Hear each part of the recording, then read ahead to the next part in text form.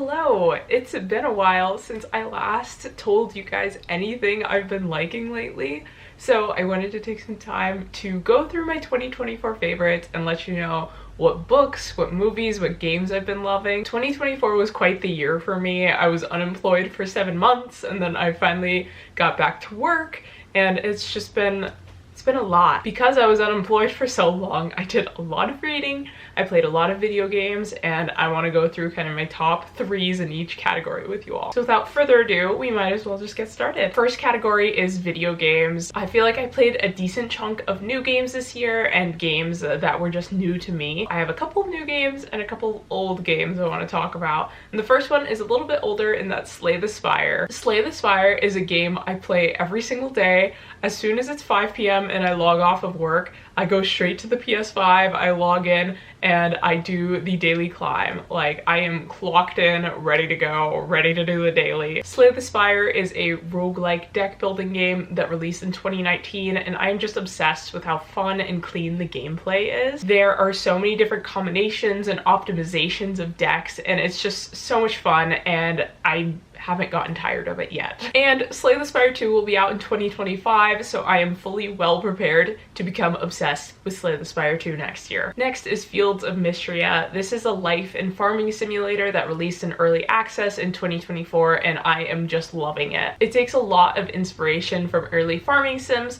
like Harvest Moon and art style from Sailor Moon. That's a lot of moons right there. It's got a lot of interesting gameplay mechanics and some great quality of life improvements in comparison to other farming sims. And the characters are just so fleshed out. I love talking to everyone every day, and I love seeing their interactions with each other. And I am definitely looking forward to seeing more from this game as it's being slowly rolled out, and I can't wait for it to fully release. I will say I normally avoid games that are in early access because I don't want to have a bad taste in my mouth if the game is buggy or if there's something I don't like about it that maybe they'll work out later. But this game has just been a joy to play in early access, and I honestly have no complaints for it, except for the fact I cannot romance Ulrich. He is my favorite character, and he is not romanceable. Like, I don't want your brother March. He's mean. I don't want a mean guy. I want Ulrich. And lastly, in my top 3 games of the year is Wilmot Works It Out. If you're a traditional puzzle lover, you've got to check this game out. Wilmot gets daily puzzle deliveries, and you get to solve the puzzles and hang them up on your wall. There's a great story kind of interwoven through the puzzle deliveries, and every time you talk to the mail person, you get a little bit more of the story. And I just thought this game was simply a delight to play, and I loved it. Next, I want to get into my books. I read almost 80 books this year. I think I'm sitting at 77 or 76. There are a few books I want to rapid fire and some books I want to get into, so let's get into some of my honorable mentions quickly. The 7 Year Slip is probably the best romance I've read this year. Definitely the best romance I've read this year. I read 15 volumes of Witch Hat Atelier. That says a lot about it because I don't really like anime or manga, but I was absolutely obsessed with this one. And lastly, in my honorable mentions, I have Lightfall. This is absolutely the cutest, coziest fantasy graphic novel. It's so endearing and I love it. Books I actually want to get into. Let's start with Assassin's Apprentice by Robin Hobb. This book is probably my favorite fantasy I've read this year. We follow Fitz, the bastard son of a royal. He's finally allowed into the royal house, and he learns to embrace his life as he's being trained to become a royal assassin. While this book was a little bit slow, I just found it to be so rewarding once you collected all of the dots and you connected all of the politicking. Mind kind of blown. And I will definitely be reading the next book in the series in 2025. It is on my to-do list. We'll get to it in like a month or so. Dare I say The Wedding People by Alison Esbach was my favorite book this year? Think so. Phoebe arrives at a beautiful inn she's dreamed of going to for years. She's there to take herself on one final decadent vacation on the coast of Rhode Island, but instead finds herself crashing a wedding. This book made me feel so many things. It's dark, it's funny, I cried so many times, and I just found the characters and the relationships to just be so full of heart, and it was just an absolutely gorgeous read. And lastly, I have Paladin's Grace by T. Kingfisher. Now, romantasy is not a genre I love, but this book This book absolutely blew me away. It's got absolutely everything I've been looking for in a romantasy. Stefan is the god's touched paladin of a now dead god, and he is trying to find his place in the world now that he doesn't really have all that much to live for. He unexpectedly meets Grace, the perfumer,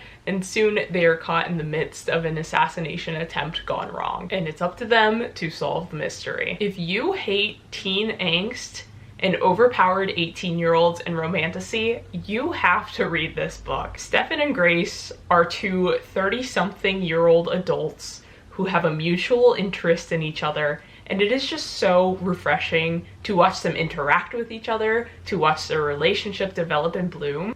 Obsessed.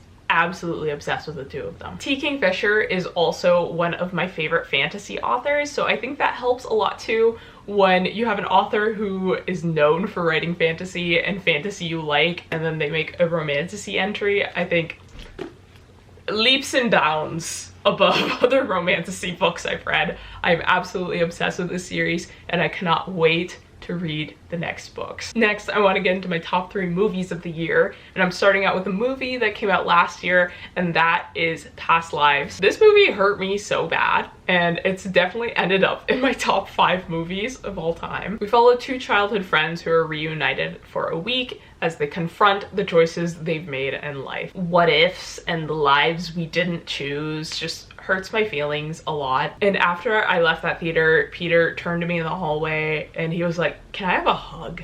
I really need a hug after that movie." And I was like, me too. Me too. I finally watched Little Women 2019 for the first time, and I get it. It was everything the internet told me it would be, and I loved it. I think this is going to be in a rewatch repertoire for me. It'll definitely come back around each winter probably. Looking forward to seeing it again next year. And lastly is a movie that actually released this year, and that is The Wild Robot. This was a movie I was not expecting to be so touching and so endearing. I saw this movie at a drive-in movie theater with a double feature of Twisters and The Wild Robot, so really interesting combination. Roz the robot is stranded on an uninhabited island and learns to bond with the animal residents and cares for an orphaned baby goose. I just love movies that make me cry.